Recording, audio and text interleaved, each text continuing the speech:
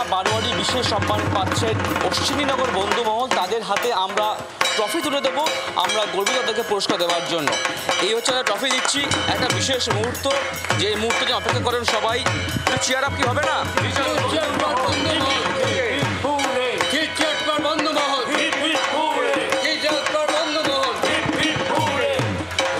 কেমন অনুভূতি পুরস্কার?